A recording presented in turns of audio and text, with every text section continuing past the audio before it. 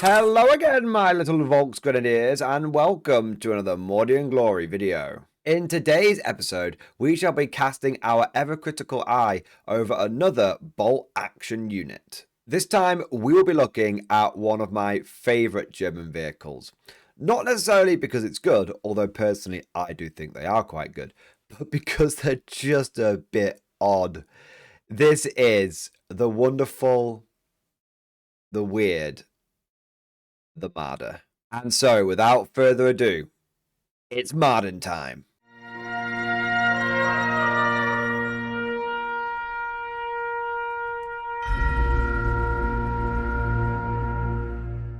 As is tradition, let us start off with a broad overview of the Marder platform. What are its general pros and cons?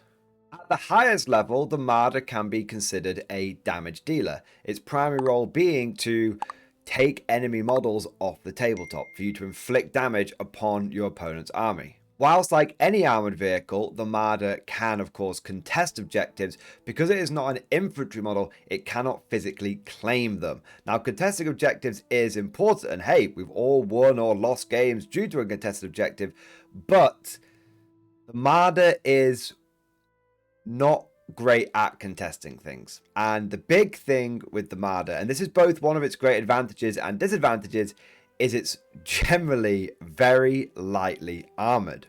Every Marder profile that we'll be looking at today is armor 7+. So whilst it can shrug off small arms, and even HMGs can be a threat to this thing, it's an armored carrier, not a tank. Unlike things like the Panzer III and especially the aforementioned like Tiger tanks, which can actually do quite a good job at contesting objectives because they're reasonably durable, especially when they're like armor 9, armor 10, or even armor 11, like the Tiger II. It's like a bully unit. The Marder is none of those things. It's lightly armored, which on the one hand means that it's relatively easy to be destroyed, but on the other hand, lightly armored does tend to make it quite a bit cheaper. For me, this is actually the greatest strength of the Marder. Sure, it's low armor, sure, it's easily destroyable, but it's that points cost which makes them so attractive. And if I'm going to be real with you, it's that points cost which makes me want to put one in my list every single time. Ever since I started including Marders in my armies, I've found it difficult to go back. The amount of firepower that you get for the points that you are investing is really good. It's phenomenal. I mean, we're talking about mobile, armored, heavy anti-tank guns for less than 200 points. If you compare that to the Panzer IV, for example, which is a 225 point vehicle, you compare it to like a T-34, which is like a 235 point vehicle. Hell, you compare it to the Stug, which is still a 200 plus point vehicle. And then you've got the Marder with a heavy anti-tank gun running around with like 145 points in some cases. Damn tasty. In summary, the Marder is a very affordable platform which comes with a lot of firepower, but it is very fragile. Even the lowest of anti-tank weapons are a threat to this thing, and so it truly is a damage dealer and has very little in terms of objective play outside of desperate situations. But that very much covers this unit at a high level. We want to get down into the nitty-gritty detail. So now let us deep dive each of the Marder variants. Our first Marder is actually the Panzerjäger 1. These were some of the earliest of the Marder style vehicles that were made, and these are ones that typically were used using like captured Russian guns, and then they also mounted them on like not even like German vehicles like the Renault F-35 tanks. Now the Panzerjäger 1 is an early war to mid-war vehicle, and it actually gets to be fielded in 3 different veteran seats. You've got inexperienced, regular, and veteran. Out of all of these, I would probably go for regular. I tend to avoid inexperienced vehicles in general, and I don't really see much point in going for veteran on a vehicle which is armor 7+ and also open top. Like, it's going to be getting pinned up one way or another. As for its weapon, it comes with one forward-facing medium anti-tank gun, and that's it. Now, on the one hand, I do like the fact that you can get a medium AT on an armored platform for 105 points. If you compare that to a just regular infantry-based medium anti-tank gun, that's 30 points. This is 35 points. That can't move and shoot. This can move and shoot. That is very susceptible, of course, to indirect fire because people can dial in on it. And also, it's just not as durable. You know, it's only 3 crew. Even an armor 7+ vehicle tends to be a bit more durable than an infantry-based team, because this is immune to small arms, whereas the infantry team isn't at all. Of course, you could say you could go down with the infantry team, but then it's not firing, so not ideal. So on the one hand, I do quite like this, but on the other hand, the lack of MMG just feels a bit, you know, just you're relying entirely on that one shot. And when you're just paying sub 100 points for it, I get it. When we're paying 100 points plus, I kind of feel like I should have an MMG chucked in there as well. So I'm not a huge fan of the Panzerjäger 1, just because I feel like it could do with just a machine gun. Then we get to the first true Marder, the Marder 1. Now, in many ways, this is very similar to the Panzerjäger. You can see we've got the same points levels here, the same veterans levels, the same medium anti-tank gun, armored carrier, and open-topped. It should be noted that all of the Marder variants are open-topped. This, again, really leans into the fact that they are fragile. I mean, they can be, whilst not destroyed by small arms fire, they can be pinned up by it. And so you really want to be being quite cagey with the Marder. It wants to be hanging back. It wants to be slinging shots downrange. It doesn't want to be anywhere near the main source of the fighting. It wants to be using firepower and range to be survivable. The moment it starts getting close, people are going to pin it up. They might assault it with troops. It's not going to survive in the crucible of battle. It's not going to survive in the heart of the war. It really needs to be a longer range support unit. But going back to the Marder 1, the reason I didn't lump it with the Panzerjäger is because of this option down here. For 30 points more, you can give it a heavy anti-tank gun. It would be easy to think that you could just make the same argument. Well, as we did for the Panzerjäger, well, it's not got a machine gun, so it's 30 points, even with it being mobile versus its infantry counterpart. I really feel like it's lacking anti-infantry. You could make that argument. However, I don't want to. And the reason I don't want to is because of the template. A medium anti-tank gun really has almost no anti-infantry capabilities because it is merely a 1-inch template. So it kind of needs the medium machine gun, especially with the buzzsaw rule, to make up for a lack of anti-infantry capability. But this heavy anti-tank gun has a 2-inch template. That's like, that's not bad. That's half decent. And I feel like the lack of machine gun here is a lot less prevalent. There's a lot less of a downside when you can just be slinging the equivalent of a medium mortar template into an enemy squad every turn on an armored platform, on a mobile platform, for 135 points. Now, I will say I still think that the lack of MMG is a bit of a pisser. I do think so. But I can see a Marder 1 being upgraded for heavy anti-tank gun as a very cheap HE slinger, armored HE slinger, being kind of viable. I guess the big question is what happens when you compare it to something. If you compare it to like something that's like a light howitzer. Like if we were to compare this to, I always like to use as an example, but like the Japanese Chiha. The Japanese Chiha is armor 8, and it's got a bunch of machine guns, and it's got a light howitzer, and it's only 135 points. I guess the big difference is the Chiha has absolutely no anti-tank capabilities, whereas this can do anti-tank and anti-infantry. Yeah, I'm going to stand by it. I think the Marder 1 with a heavy anti-tank gun is a viable choice. It's not the choice I would go to, but it is a choice, and one that wouldn't be completely without merit. Then we get to the Marder 2. Now, this is a mid to late war variant. In fact, everything after the Panzerjäger 1 is a mid to late war variant. Now, this is 140 points regular, 112 points in experience, and 168 points veteran.